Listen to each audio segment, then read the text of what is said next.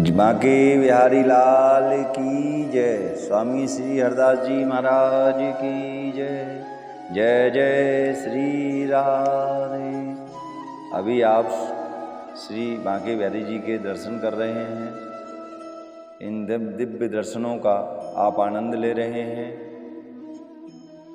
जब आप श्री बांके बिहारी मंदिर में प्रवेश करते हैं तब आपको ठाकुर जी गर्भगृह में दर्शन देते हैं, लेकिन इस समय ठाकुर जी के भव्य फूल बंगले बन रहे हैं, तो इन फूल बंगलों में आप ठाकुर जी के दिव्य दर्शन कर रहे हैं। इन दर्शनों का आनंद बहुत विशेष होता है। आप में और ठाकुर जी में दूरी खत्म हो जाती है। बहुत नज़दीक से आपको श्री ठाकुर बांके बिहारी जी महाराज के दर्शन होते हैं। आज मैं आपको एक रहस्य बताने जा रहा हूँ। बहुत लोग पूछते हैं कि भारतवर्ष में जितने भी मंदिर हैं सभी में मंगला आरती जो भोर में होती है, सभी मंदिरों में सुबह मंगला आरती होती है, लेकिन हमारे बांके बिहारी मंदिर में मंगला आरती केवल एक ही दिन होती है, और वो भी मंगला आरती केवल ठाकुर जी के जन्म पर जन्माष्टमी वाले दिन की जाती है। तो हमारे यहाँ जो मंगला आरती है वो जन्माष्टमी पर ही क्यों की जाती है, बाकी दिन प्रतिदिन मंगला आरती क्यों नहीं होती। हमारे यहाँ जो मंगला आरती ठाकुर जी के जन्म पर होती है उसका एक विशेष कारण है। उस दिन ठाकुर जी का प्रादुर्भाव हुआ है। जिस दिन ठाकुर जी प्रकट हुए हैं, ठाकुर जी ने भक्तों को दर्शन देने के लिए संसार में अवतरित हुए, उससे मंगल दिन कोई हो ही नहीं सकता।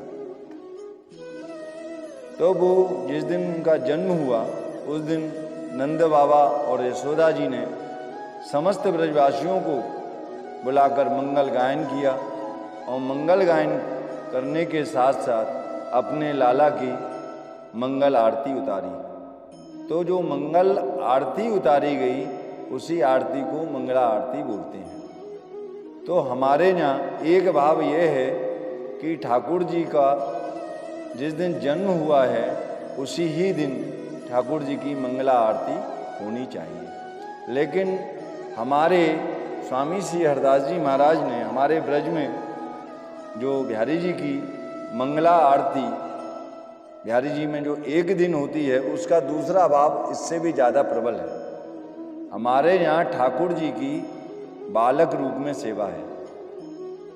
हमारे यहाँ कन्हैया बालक रूप में रहे हैं। हमारे बिहारी जी जब शयन आरती हो जाती है तो ऐसी कहावत है, ऐसी मान्यता है कि ठाकुर जी आरती होने के बाद समस्त पुजारी ठाकुर जी की इत्र से मालिश करते हैं, ठाकुर जी को लाड़ लड़ाते हैं। उसके बाद ठाकुर जी को आचमन करा के उनके बगल में भोग प्रसाद इत्यादि रखकर फिर अपने घर को जाते हैं। ठाकुर जी से प्रार्थना करके सब अपने घर को जाते हैं। उसके बाद हमारे यह मान्यता है कि बिहारी जी निधवन चले जाते हैं। निधवन में हमारे ठाकुर जी का नित्य रास होता है। उस नित्य रास की शामिल होने के लिए ठाकुर जी प्रतिदिन निधवन में प्रवेश करते हैं। महाप्रिया प्रीतम अपने गोपियों के संग, गोपिकाओं के संग नित्य रास करते हैं। जो ये लीला है ये प्रतिदिन चलती है, अविरल चलती है, ये कभी रुकती नहीं। तो जो नित्य रास का जो प्रकरण है वो ठाकुर जी का निरंतर चलता ही रहता है। तो जब वो नित्य रास करके ठाकुर जी थक जाते हैं तो सुबह सुबह ठाकुर जी जब दोबारा नित्य रास से निवृत्त होकर और अपने मंदिर में प्रवेश करते हैं तो कुछ समय उन्हें आराम मिल जाए, उनको थोड़ा देर सोने के लिए मिल जाए, आराम के लिए मिल जाए, इसलिए हमारे यहाँ मंगला आरती नहीं होती। हमारे यहाँ श्रृंगार आरती होती है। हमारे यहाँ श्री बांके बिहारी मंदिर में घंटा भी नहीं बजाया जाता। उसका भी मेन कारण यही है कि ठाकुर जी के निकुंज रस में, नित्य रस में, नित्य रास रस में कोई विघ्न ना आए। हमारे यहाँ बांके बिहारी जी अपने नित्य रास में हमेशा विराजमान रहते हैं, तो नित्य रास रुकुंज में कोई भी विघ्न ना पड़े, इसलिए हमारे यहाँ घंटा भी नहीं बजाया जाता। और हमारे यहाँ जब आरती होती है, जैसे आपने और सभी मंदिरों में देखा होगा कि आरती के समय पुजारी घंटी बजाता है, तो हमारे यहाँ आरती के समय भी कोई भी आरती हो, श्रृंगार आरती हो, राजभोग आरती हो, शयन आरती हो, घंटा नहीं बजाया जाता, घंटी नहीं बजाई जाती। इसीलिए हमारे यहाँ समस्त आरतियों में किसी में भी घंटी इत्यादि का प्रयोग नहीं किया जाता। हमारे यहाँ घंटा बजाना भी निषेध है, घंटी बजाना भी निषेध है। उसका मेन कारण है कि ठाकुर जी के नित्य रास में कोई विघ्न ना आए। हमारा जो बांके बिहारी जी हैं वो लाडले ठाकुर हैं, बाल रूप में अनन्य भक्तों को दर्शन दे रहे हैं। तो बालक को किसी भी तरह की उनके निकुंज रस में कोई विघ्न ना पड़े, इसके लिए हमारे यहाँ घंटे का प्रयोग नहीं किया जाता। हमारे यहाँ जो मंगला आरती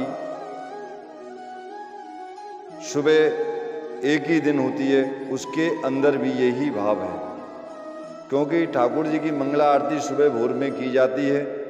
तो भोर में ठाकुर जी ऐसा माना जाता है सुबह 4 बजे के लगभग अपने नित्य रास से निवृत्त होकर मंदिर में प्रवेश करते हैं और वो ही समय मंगला आरती का होता है। तो ठाकुर जी को आराम नहीं मिलेगा। तो ठाकुर जी को आराम मिले, वो नित्य रास से आए हैं, वो थोड़ा सा आराम करें, इसलिए हमारे यहाँ मंगला आरती नहीं होती। दूसरा भाव ये भी है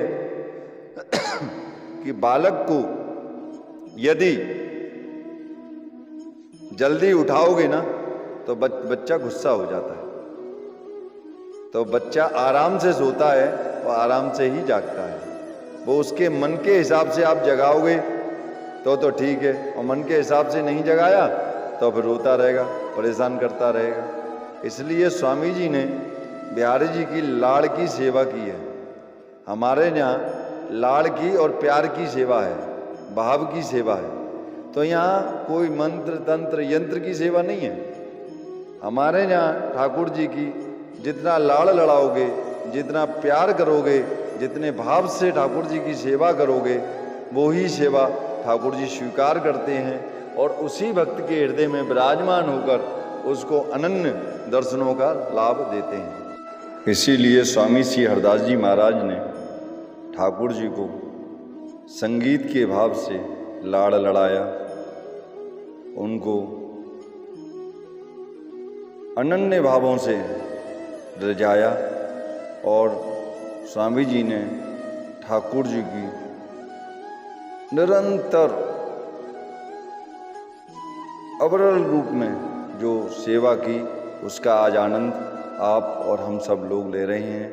जो ठाकुर जी के दिव्य दर्शनों का आनंद आज हमें प्राप्त हो रहा है, वो हमारे श्री स्वामी श्री हरदास जी महाराज की विशेष अनुकंपा से आज हमें प्राप्त हो रही है। ये जीवन हमारा क्षण भंगुर है, क्षण भंगुर जीवन की कलिका, कलिकाल कुप्रात खिली न खिली, मलिया गिर की सुख शीतल मंद, समीर सुगंध चली न चली। कलिकाल कुटार लिए फिरता, तन नम्र पे चोट जिली न जिली। भजली हरि नाम हरि रसना, यानी अंत समय तो हिली न हिली। बोलो बांके बिहारी लाल की जय। अगर आपको हमारी ये वीडियो अच्छी लगी हो तो चैनल को सब्सक्राइब करें। राधे राधे, जय भैरी जी की।